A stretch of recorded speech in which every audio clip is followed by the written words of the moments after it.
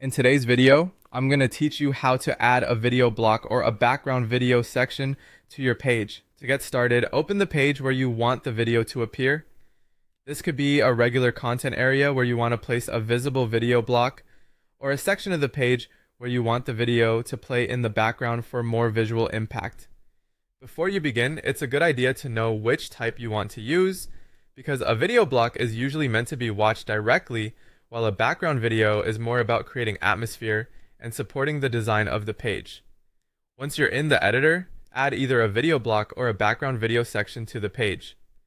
Choose the option that best fits the layout you're building. If you want the video to stand out as a main piece of content, use a video block. If you want it to sit behind text or other elements as part of the overall page design, use the background video section instead. Selecting the right format here will help the rest of the page feel more polished and intentional. Next, upload your video file if you already have one prepared on your device. If your video is hosted elsewhere, you can also paste in a YouTube or Vimeo link instead.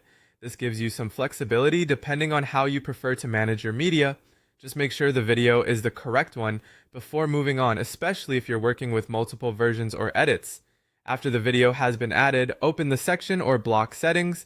This is where you'll control how the video behaves on the page. Turn mute video on so the video plays without sound, which is especially important for background videos and helps avoid disrupting visitors. Then switch autoplay on so the video starts automatically when the page loads, creating a smooth and engaging experience right away. After that, turn loop on so the video repeats continuously instead of stopping after one playthrough. These settings work together to make the video feel seamless and professional.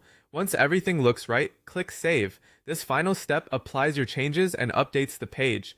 After saving, it's a smart idea to preview the page and watch the video in place so you can confirm that it loads correctly, plays automatically, stays muted, and loops as expected. And that's it. You've successfully added a video block or background video section to your page.